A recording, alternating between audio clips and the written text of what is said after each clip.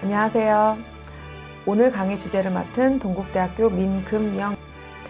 오늘 강의 주제는 국가재난대응체계 및 민간협력 사례 관련된 부분입니다. 오늘은 재난 현장에서 여러분들이 하시게 될 업무에 관련된 필요한 사항을 이야기해 드리도록 하겠습니다. 재난이 무엇인지, 그리고 재난관리가 무엇인지, 그래서 여러분들이 재난 현장에서 어떻게 업무를 수행해야 되는지 그 이야기에 대해서 이야기해 보려고 합니다. 자, 그럼 지금부터 시작해 보도록 하겠습니다. 여러분들이 생각하는 재난은 무엇인가요? 재난은 사전적 정의를 보게 되면 뜻밖의 불행한 일, 그래서 법적인 정의를 살펴보게 되면 국민의 생명과 재산, 국가의 피해를 주거나 입히는 활동으로 이야기하고 있습니다. 재난은 크게 두 가지로 구분되고 있습니다. 자연재난과 사회재난입니다. 자연재난은 태풍, 지진, 산불, 폭설 등 자연현상으로 발생하는 어떤 원인과 인자를 포함하고 있습니다. 사회재난은요, 붕괴나 화재, 폭발들과 같은 인위적인 결과에 의해서 피해로 대상 시설물에 대한 피해가 발생하는 형태의 재난입니다. 자, 그럼 재난의 환경은 계속 변할까요? 가만히 있을까요? 과거의 재난과 현재의 재난, 그리고 미래의 재난은 다르고 있습니다. 그러면 자연재난은 어떠한 변화 양상을 보이고 있을까요? 최근 기후변화에 따른 재난 환경의 변화를 살펴보게 되면 지난 100년간 지구 연평균 온도는 0.74도씩 약 1도씩 상승을 했고, 평균 해수면 온도는 1990년대 이후 연간 3.1씩 상승을 했습니다. 만약 2050년에 약 2.3도씩 기온이 상승한다면 지구에는 어떠한 일들이 발생할 거며 자연재난은 어떠한 일들이 발생할까요? 이와 같이 이상기후는 태풍, 집중호우 발생 횟수를 증가시키고 가뭄과 홍수와 같은 이러한 발생 원인이 되기도 합니다. 그렇다라고 하면 사회재난, 우리가 지금 겪고 있는 코로나와 같은 감염병, 화재, 붕괴와 같은 사회재난은 어떻게 변하고 있을까요? 재난은 외부 환경 변화는 자연현상에 의한 기후 변화뿐만 아니라 사회 발달로 인한 여러 가지 요인들로 인해서 그 변화 양상도 바뀌고 있습니다. 한번 그 첫 번째 원인을 볼까요? 첫 번째는 급속한 사회화로 인해서 사회 시스템이 변화했습니다.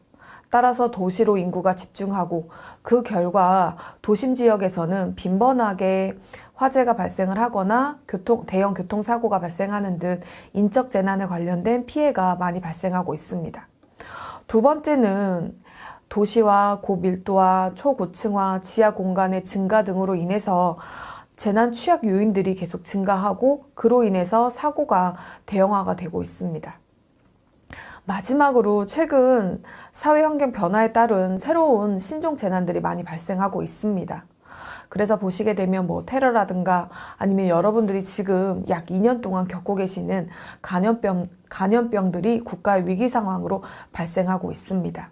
그래서 새로 발생되는 이런 재난들의 위험들을 살펴보게 되면 사이버 테러, 개인정보 유출, 테러 납치 등 아니면 디도스 해킹 등이 신종 재난으로 분류하고 있습니다. 이처럼 재난은 과거의 재난과 현재 그리고 미래의 재난들이 변화 양상들이 바뀌고 있습니다. 그 추세는요, 다양화가 되고 복합화가 되고 그리고 대규모로 발생하고 있기 때문에 재난 관리를 하는 여러분들의 임무와 역할이 중요해지고 있습니다. 이와 같이 재난 규모가 대형화가 되고 복잡화 그리고 그 피해가 양상이 달라지고 있습니다. 그러한 양상들이 재난관리의 변화를 갖고 오고 있습니다. 이런 재난관리의 변화를 한번 볼까요? 과거에는요, 경제발전에 관련된 안정을 요구하기 시작했습니다. 그러나 우리에게는 가슴 아픈 세월호 사건 이후에 안전에 대한 국민들의 요구가 증가하고 있습니다. 그래서 첫 번째가 바로 안전에 대한 사회의 요구가 증가하고 있으며 이에 따라서 국민들이 안전에 관련된 요구가 증가하고 있습니다. 두 번째로는요, 조금 전에 설명드렸던 것처럼 재난의 변화 양상이 복합화가 되고 있습니다. 그러다 보니까 개별적 재난관리보다는 통합적 재난관리 체계로 변하고 있습니다. 과거에는 한 개의 재난을 한 개의 재난관리 주관기관이 해결했다면 앞으로의 재난은 다양한 재난관리 책임기관뿐만 아니라 민간 협력을 통해서 통합적 재난관리 체계로 변해야지만 이 문제를 해결할 수 있습니다. 세 번째는요, 과거에는 경험에 의한 재난관리 체계였다면 여러분들도 그 변화를 느끼실 수 있을 겁니다. 지금은 과학적, IT 기술 개발로 인해서 재난관리 체계도 변하고 있습니다. 네 번째로는요, 과거에는 재난이 발생한 이후에 어떻게 하면 복구 중심의 재난관리 체계로 갈 것인가 였다라고 하면 지금은 예방 중심의 재난관리 체계로 변하고 있습니다. 마지막으로 다섯 번째입니다. 다섯 번째는 최근 발생하는 재난의 규모가 대형화가 되고 있고 그러다 보니까 한 지역에 국한적으로 발생하지 않기 때문에 국가적으로 재난 대응 체계를 구축하고 있습니다. 지금의 코로나와 같은 감염병을 보시게 되면 한 국가에서 문제를 해결한다 하더라도 그 문제는 계속해서 전 세계적으로 전이가 되고 있고 그 변화 양상이 굉장히 다양해지고 있습니다. 그러다 보니까 그 재난대응 체계는 국가적 재난대응 체계를 주도하고 있습니다. 마지막으로는요, 과거에는 관주도형의 어떤 재난관리 책임기관들 아니면 재난관리 주관기관들을 중심으로 재난관리 체계를 만들었다라고 하면 지금은 민간 아니면 시민들이 자발적으로 재난 대응에 참여해서 역할을 수행해주는 시민 참여형 재난관리 체계를 구축하고 있습니다. 이것이 재난 환경 변화에 따른 재난관리 체계를 구축하는 내용일 것입니다. 자, 여러분들은 그럼 기억 속에 계시는 대규모 재난은 무엇이 있을까요? 지금부터는 21세기 최악의 재난에 대해서 이야기 한번 해보도록 하겠습니다. 10위는요, 2011년도 동일본 대지진입니다. 사망자는 18,400명이었습니다. 일본은 지진이 잦은 국가이긴 하지만 2011년도의 동일본 대지진은요, 규모 9.0의 강진으로 어마어마한 인명피해를 발생을 했습니다. 다만 동일본 대지진이 인명피해뿐만 아니라 이와 같은 최악의 재난으로 기억되는 이유는 뭐냐면 후쿠시마 원전까지 방사능 누출까지 이어졌던 사건이어서 아마 그 피해는 지금까지도 이어지고 있는 것 같습니다. 9위는 인도입니다. 2001년 인도 구자라트 지진 사망자는요 약 19,727명이 발생을 했고요. 이 지진으로 인해서 인접한 국가인 네팔과 방글라데시에서도 감지될 정도로 규모가 약 6.9의 강진으로 기억되었습니다. 8위는 여러분들 폭염입니다. 과연 폭염으로 사망자가 4만여 명이 발생했다라고 하는 것이 믿어지십니까? 지난 우리도 굉장히 많이 더웠습니다. 100년 만의 더위라고 할 정도로 어마어마한 무더위가 강승을 부렸는데요. 이때 2003년도에 유럽에서 발생한 폭염은요, 약 44도씨 기록적인 폭염으로 기록되었고, 이때 노인 아니면 재난 취약계층이라고 하는 많은 분들이 사망을 하신 그런 사건이었습니다. 7위는요, 2003년도 이란에서 발생한 지진입니다. 이때도 약 규모가 6.6의 강진으로 발생을 했고요. 사망자는 4만 3천 명이었습니다.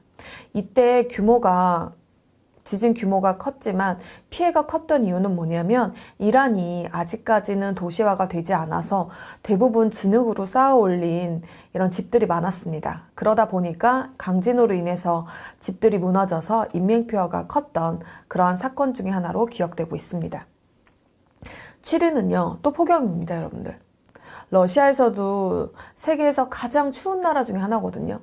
눈으로 뒤덮인 시베리아 벌판이 있을 정도로 추운 나라인데 2010년도에 폭염으로 인해서 사망자가 5만 6천여 명이 발생을 했습니다.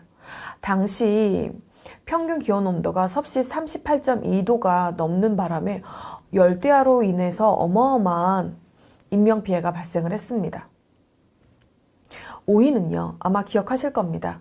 우리 베이징 올림픽으로 3개월가량 앞둔 상태에서 중국 스촨성에서 지진이 발생을 했습니다. 이때 사망자는요, 약 6만 9,197명이었습니다. 이 지역은 여러분들 삼국지를 읽은 사람이라면 모두 알고 계실 듯 쓴찬성은 중국에서도 특히 지형이 들쑥다쑥해서 산세가 굉장히 험한 곳입니다.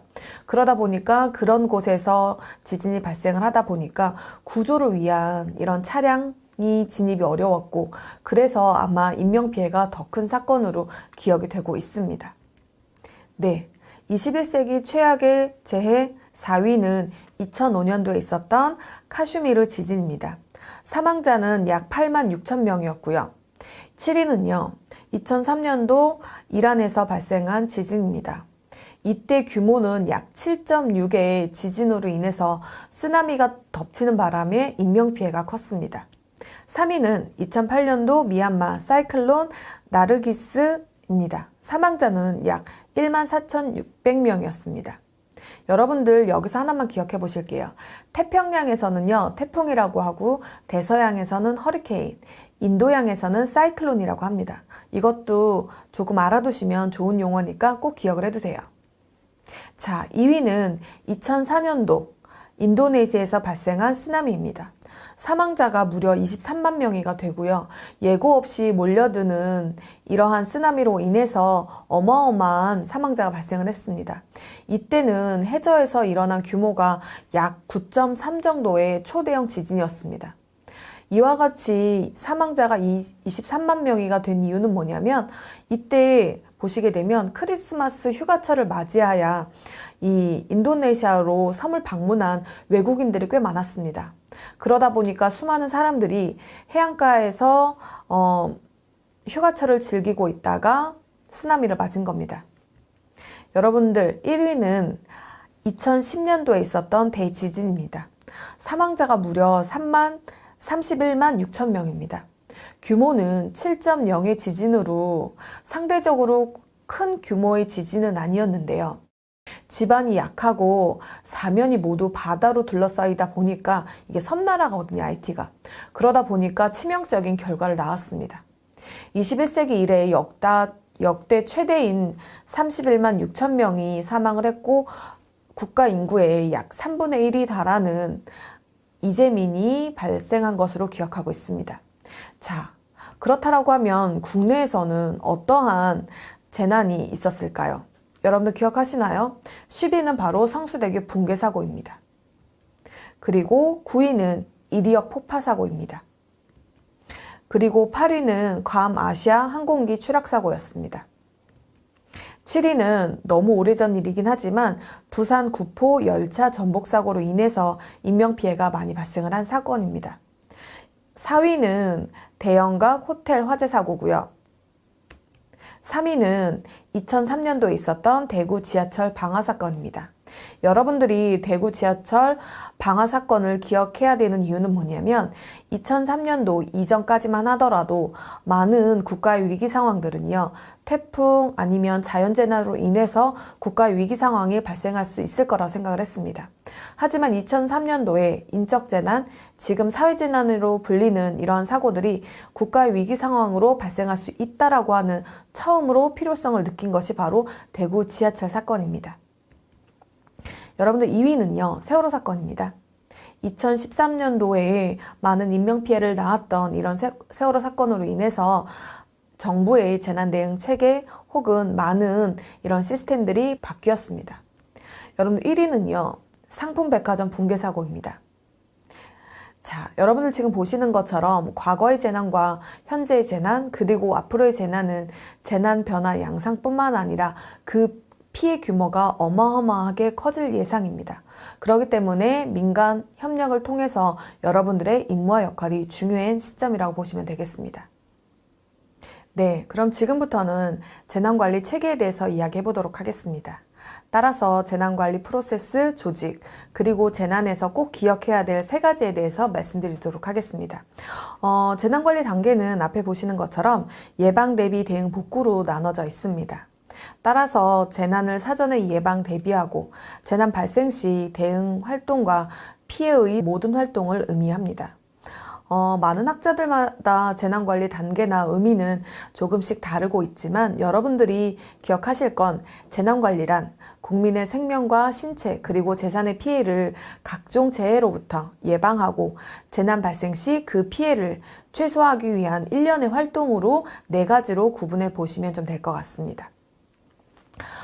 재난관리 4단계는요, 평상시 수행하는 예방활동, 대비활동, 그리고 재난이 발생을 하거나 혹은 임박해 있을 때 하는 활동들이 복구와 대응 활동입니다. 여러분들도 예방, 대비, 대응, 복구에서 어떤 임무와 역할을 하셔야 되는지 학습하셔야 될 겁니다. 한번 예방, 대비, 대응, 복구에 대해서 조금 자세하게 말씀을 드려보겠습니다. 예방 단계는요, 재난이 발생하기 사전에 방지하기 위한 일련의 활동으로서 실제 위기를 발생하기 위한 위험 요인을 미리 제거하는 활동입니다. 그래서 예방 단계에서는요, 가급적 일어나지 않도록 억제하거나 완화하는 과정을 의미합니다. 대비는요, 재난이 발생을 하였거나 혹은 재난이 임박한 위기 상황에서 실제 수행해야 될 임무와 역할입니다.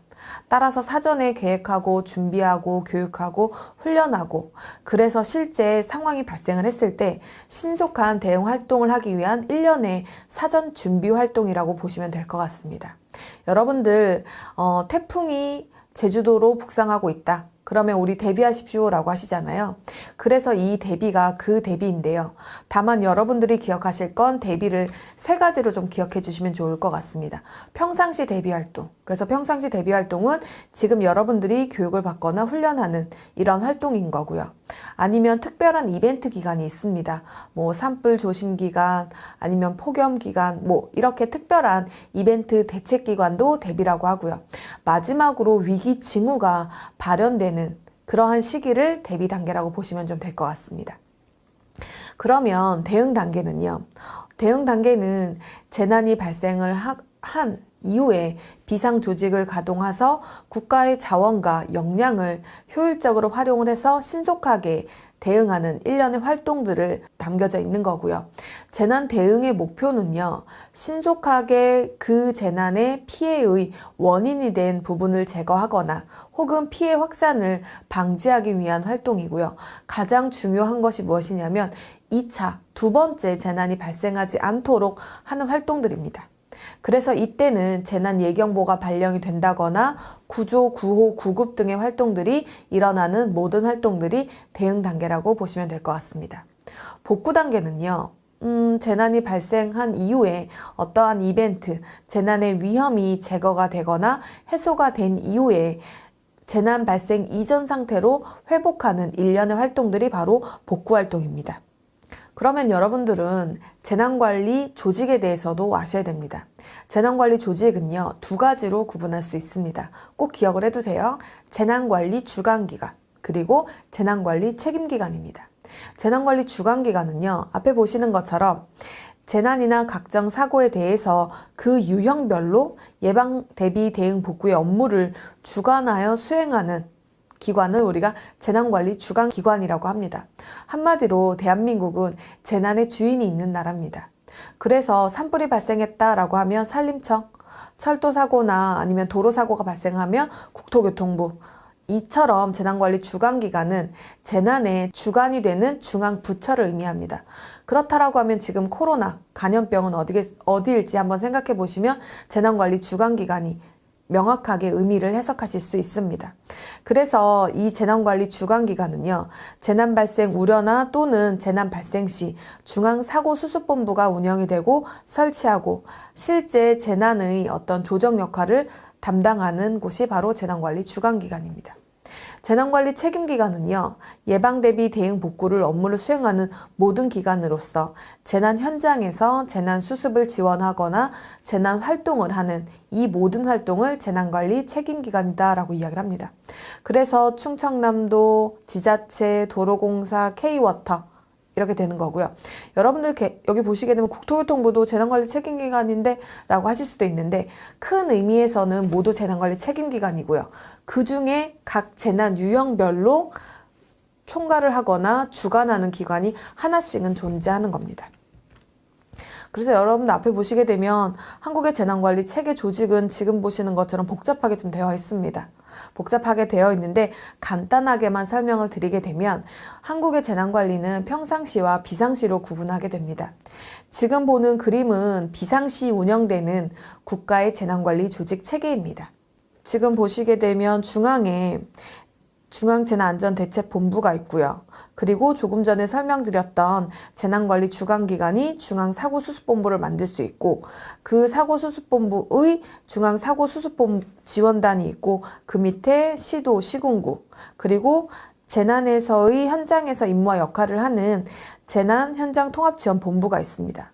그리고 여러분들은 읍면동 아니면 일선에서 지역에서의 지역 주민들을 보호하는 업무를 띠게 되는 지역자율방재단이 있습니다. 여러분들은 지금 보시는 비상시 아니면 여러분들 예방하고 대비 활동도 있긴 하지만 대부분 비상시 때 지역 주민을 보호하는 일련의 활동들을 하는 게 바로 여러분들이 하시게 될 지역자율방재단입니다.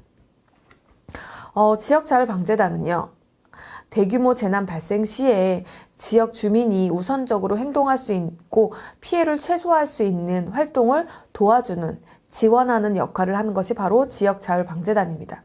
그래서 평상시에는 어떤 업무를 하시게 되냐면 자체적으로 지역에 취약한 지역 아니면 위험한 지역에 어떤 안전점검을 실시한다던가 아니면 교육이나 훈련, 홍보활동을 담당하는 것이 평상시 업무입니다.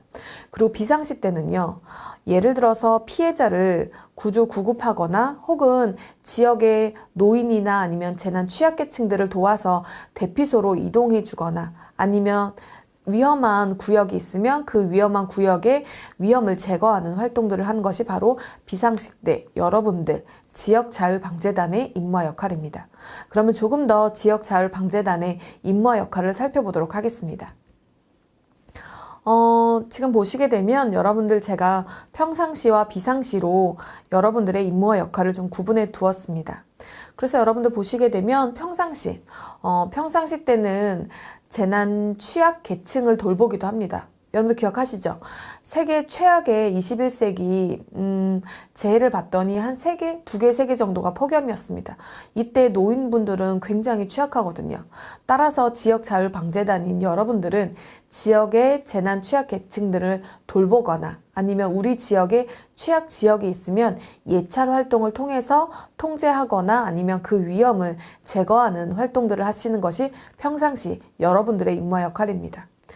코로나로 인해서 지금 지역 축제가 조금 활성화가 안 되고 있는데 지역 축제가 행사가 이루어지게 되면 여러분들은 행사장 안전관리 요원으로서도 활동하는 것이 여러분들의 임무와 역할입니다.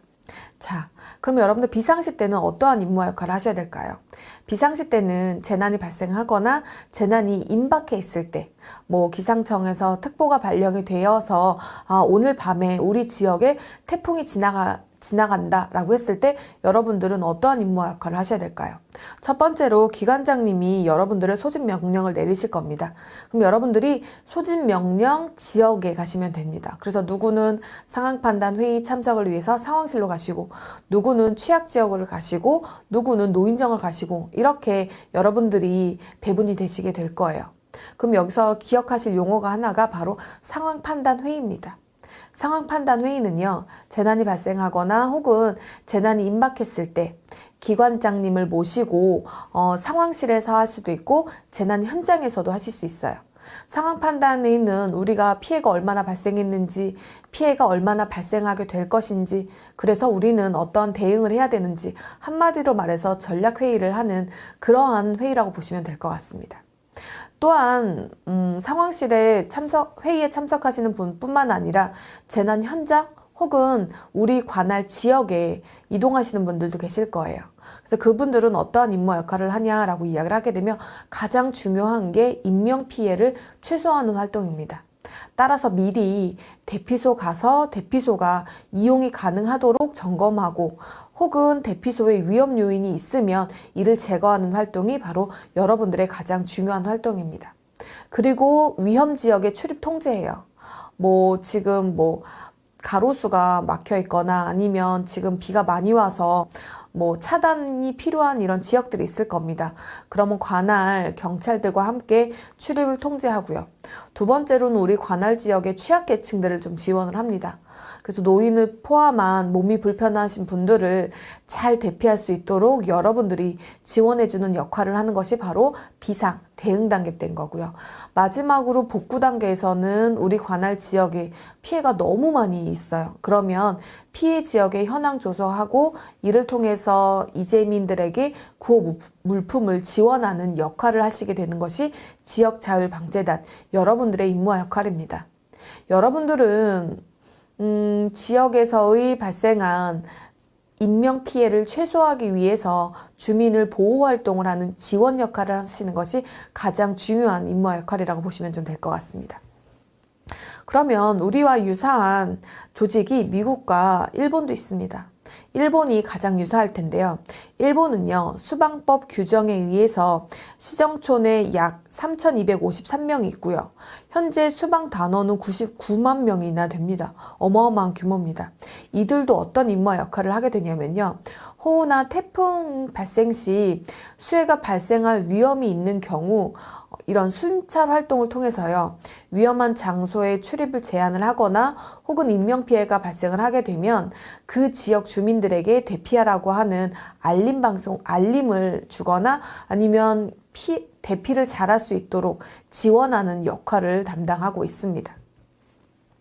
실제 일본에서 있었던 어떤 지역자율방재단 수방단의 사례를 보게 되면 2018년도 홍수가 발생을 했습니다. 이때 수방단은요, 조기 흙 대응을 통해서 침수를 방지했고요. 왜 지하나 이렇게 지하에 물이 차게 되면 안 되잖아요. 그러니까 그때 흙을 통해서 침수를 방지를 했고, 수해 상습 지역의 배수 활동을 지원을 했고, 지역 주민들이 피난을 잘할 수 있도록 대피를 유도한 역할을 했습니다. 다시 한번 여러분들이 가장 중요하기 때문에 지역 자율방재단의 여러분들의 임무와 역할을 조금 더 설명을 해드릴게요. 여러분들 예방 단계요. 예방 단계는 아까 뭐라고 했었죠? 위험을 사전에 제거하는 단계입니다. 그렇기 때문에 여러분들은 교육도 받고 훈련도 하고요. 그리고 지역 주민 대상으로 해서 홍보 활동도 실시하는 것이 바로 예방 단계고요. 또 예방 단계에서 가장 중요한 게 장비 상태를 점검하고 보수하는 역할을 하는 것도 여러분들의 임무와 역할 중에 하나입니다. 대비 단계는요. 지금 현재 태풍이 제주도에서 북상하고 있습니다. 이때 여러분들이 해야 될 임무와 역할입니다. 이때 뭐냐면 대피소로 가시는 겁니다. 대피소로 가셔가지고 대피소가 이용이 가능한지 안 한지, 또 대피소에 위험 요인이 있는지 없는지, 혹은 위험한 지역이 있습니다. 그러면 위험한 지역에 지역 주민들이 출입하지 못하도록 통제하는 역할들을 하는 거고요.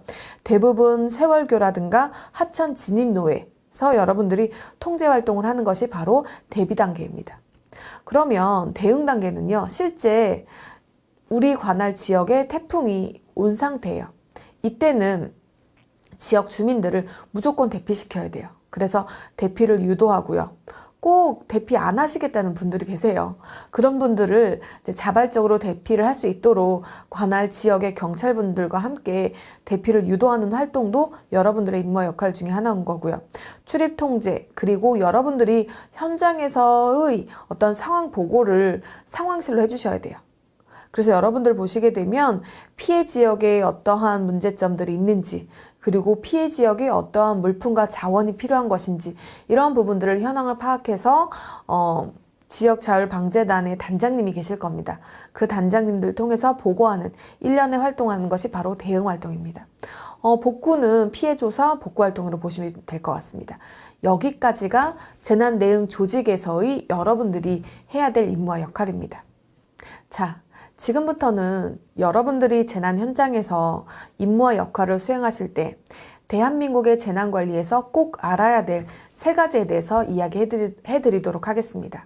첫 번째가 바로 위기경보입니다. 여러분들 지금 코로나로 인해서 위기경보가 어떤 단계인지 아신가요? 바로 심각 단계죠. 거기서 말하는 심각이 바로 위기경보의 심각입니다. 위기경보는요, 관심, 주의, 경계, 심각 4단계로 만들어져 있습니다. 따라서 이 위기경보는 재난관리 책임기관들의 대응을 위한 공통의 의사소통 체계입니다. 따라서 관심 단계야. 그럼 우리 모두 상황관리 체계 준비하자. 아, 주의나 경계 단계야. 아, 그럼 비상조직 빨리 꾸리자. 심각 단계야. 이처럼 각 단계별로 재난관리 책임기관들이 공통의 재난 대응 체계를 구축하는 일련의 활동이라고 보시면 될 것 같아요. 그래서 관심 단계는요, 현재 징후가 나타나긴 했지만 아직까지는 우리나라에 그렇게 큰 피해를 입힐 것 같지는 않은 거예요. 하지만 징후가 발현이 됐기 때문에 모니터링을 하는 단계라고 보시면 될 것 같아요. 주의나 경계 단계는 징후가 발현이 됐고 어느 정도 국가의 위기 상황으로 발생이 된 상태입니다. 심각 단계는요, 국가의 위기 상황이 확실시된 상태이기 때문에 총력 대응을 하는 그런 단계라고 보시면 될 것 같아요. 여러분들 코로나를 기억해 보시게 되면 해외에서 알 수 없는 감염병이 발생했다. 그럼 무슨 단계일까요? 관심 단계입니다. 관심 단계가 되는 거고요. 한 명의 확진자라도 국내에서 발생이 됐으면 주의 단계고요. 지역에 확산이 됐으면 경계 단계, 그리고 전국으로 확산이 되게 되면 심각 단계가 발생이 됩니다. 이처럼 위기 경보는요, 위기의 수준에 따라서 관심주의 경계 시간으로 구분되는 거기 때문에 여러분들은 위기 경보가 어떤 목적으로 또 어떠한 대응 체계를 필요로 하는지 꼭 알아두실 필요가 있습니다. 두 번째는 여러분들 바로 13개 협업 활동입니다. 지금 보시는 것처럼 13개 협업 활동, 13개의 기능은요, 재난이 발생을 하면 재난 현장에서 꼭 필요한 13개의 프로세스를 정의해 놓은 활동이라고 보시면 될 것 같습니다. 하나하나씩 좀 살펴보게 되면 첫 번째는 상황관리입니다. 상황관리는 중앙에서 재난 상황을 모니터링하면서 어떠한 전략으로 어떠한 대응 활동이 필요한 것인지 보는 활동이 바로 재난관리 총괄 기능 후 상황관리입니다. 두 번째는 긴급생활안정지원입니다. 긴급생활안정지원은 재난 약자를 보호하고 이재민을 구호하는 이런 활동인 거고요. 세 번째는 긴급통신지원입니다. 긴급통신지원은 재난의 어떤 재난 현장의 통신이 끊기면 안 되거든요. 따라서 재난 현장에서 통신을 복구하고 통신이 원활하게 이루어질 수 있도록 하는 활동이 바로 긴급통신지원입니다. 네 번째는 시설 피해 응급 복구, 다섯 번째는 에너지 공급 기능 복구. 재난 현장에서 전기가 끊어지면 안 되잖아요. 다섯 번째가 이러한 에너지, 가스, 전기 등을 공급하는 활동들인 거고요. 여섯 번째는 재난관리 자원지원입니다.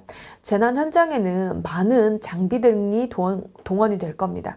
따라서 원활한 인명피해나 혹은 복구활동에 필요한 자원들을 배치하고 활동하는 내용들이 담긴 것이 바로 여섯 번째 재난관리 자원입니다.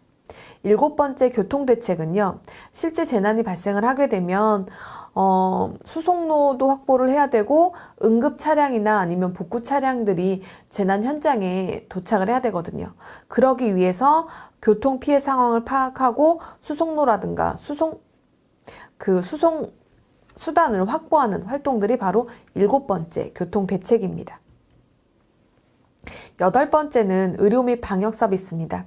의료 및 방역 서비스는요, 재난 현장에서의 인명피해가 발생을 하거나 사상자에 대한 의료 활동을 지원하는 활동입니다. 아홉 번째는 재난 현장에서는 많은 쓰레기, 폐기물들이 발생을 합니다. 그래서 아홉 번째는 재난 현장에서의 폐기물들을 처리하고 임시 적환장을 지정을 통해서 쓰레기를 처리하는 일련의 활동들을 하는 것이 바로 아홉 번째 재난 현장 환경 정비입니다. 열 번째는 자원봉사 활동입니다. 여러분들은 아마 자원봉사 활동 하시는 분들하고 서로 협력을 통해서 많은 활동들을 하시게 될 거고요. 실제 자원봉사는 각종 행정 지원이나 복구, 혹은 기부금 관리, 장례 지원 등 다양한 구호 활동을 지원하는 활동이라고 보시면 될 것 같습니다. 11번째는 사회질서입니다. 사회질서는요, 교통 통제하고 주민 대피하고 또한 재난 현장에서는 알 수 없는 다양한 이러한 피해 사례들이 발생하게 되는데요. 그러한 활동들, 경찰과 함께 사회 질서를 유지하는 일련의 활동들을 하는 것이 바로 11번째 사회질서. 12번째는 긴급 구조를 위한 수색과 구조 활동인 거고, 마지막 13번째 활동이 바로 수습 홍보 활동입니다. 이와 같은 13개는요, 재난이 발생을 하거나 혹은 재난 징후가 발생을 했을 때 재난 현장에서 필요한 활동들을 모아놓은 겁니다.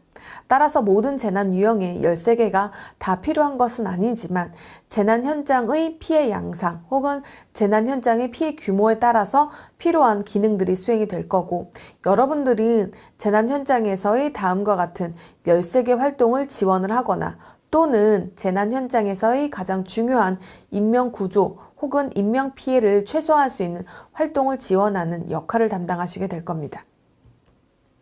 마지막으로 여러분들이 꼭 아셔야 되는 것이 바로 또 매뉴얼입니다. 매뉴얼이다 라고 이야기를 하게 되면 여러분들 실제 가전제품을 사거나 아니면 전자제품을 사게 되면 왜 손바닥만한 이 핸드북 같은 거 있잖아요. 그게 우리가 매뉴얼이라고 하는데요. 대한민국은 위기관리 매뉴얼이 있습니다. 그래서 이 위기관리 매뉴얼은요, 재난 대응에 필요한 임무와 역할, 활동 절차, 프로세스가 담겨져 있는 문서입니다. 그래서 위기관리 매뉴얼은요, 재난 대응 업무를 수행하기 위한 방법과 절차가 마련된 행동 지침서입니다. 여러분들도 매뉴얼을 받으시게 될 텐데요. 이 매뉴얼 안에는 여러분들이 해야 될 임무와 역할, 또는 여러분들이 이 임무를 하기 위해서 어디에 연락을 하고 어떠한 절차로 하고 또 어떠한 문서가 필요한 것인지 일련의 프로세스가 마련된 그런 문서라고 보시면 될 것 같습니다. 매뉴얼 내용 다 알고 있는데 라고 하지만 실제 재난이라고 하는 혼란한 상황에서는요, 여러분들이 매뉴얼을 통해서 원칙을 지켜주셔야지만 혼란스러운 상황을 해결할 수가 있습니다. 자, 그러면 이와 같은 매뉴얼은 왜 중요할까요? 아래 보시는 두 가지 사건을 보시게 되면 그 중요성을 알 수 있습니다. 2009년도에 있었던 허드슨강의 기적을 보시게 되면 이때 많은 인명피해를 앗아갈 뻔했던 그런 사고였습니다. 그럼에도 불구하고 한 명의 인명피해도 발생하지 않았습니다. 그 이유는 보시게 되면 현장 대응 요원들에게 물어봤거든요. 우리는 별거 한 거 없다. 매뉴얼에 따라서 훈련한 것 뿐이다 라고 이야기를 했습니다. 두 번째, 2010년도에 있었던 유람선 표류 사건도 보시게 되면 이때도 인명피해가 발생할 수밖에 없는 그런 사고임에도 불구하고 재난관리 매뉴얼에 따라서 유관기관의 공조 덕분이었다라고 이야기를 했습니다. 이처럼 매뉴얼은 재난 현장에서의 혼란스러운 재난 현장에서의 여러분들이 해야 될 임무와 역할이 나열이 되어 있습니다. 그렇기 때문에 꼭 여러분들이 평상시 혹은 비상시 휴대를 통해서 여러분들이 해야 될 임무와 역할을 숙지하는 것이 가장 중요한 내용이라고 보시면 좀 될 것 같습니다. 그러면 지금까지 재난과 재난관리 체계 그리고 재난 대응 활동에서의 꼭 필요한 세 가지를 이야기했는데요. 이번 시간을 마치면서 다시 한번 여러분들이 해야 될 임무와 역할에 대해서 정리하고 마치도록 하겠습니다.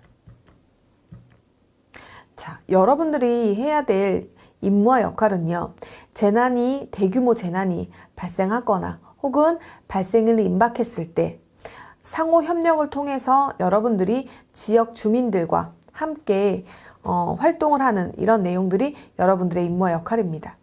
그래서 실제 여러분들의 임무와 역할에 예방, 대비, 대응, 복구에 하셨던 역할도 보시게 되면 예방 단계에서는 지역 주민 대상으로 홍보나 캠페인 활동을 실시를 했고, 실제 지역자율방재단 여러분들께서도 훈련에 참여하셔가지고 여러분들의 임무 역할을 숙달하셨습니다.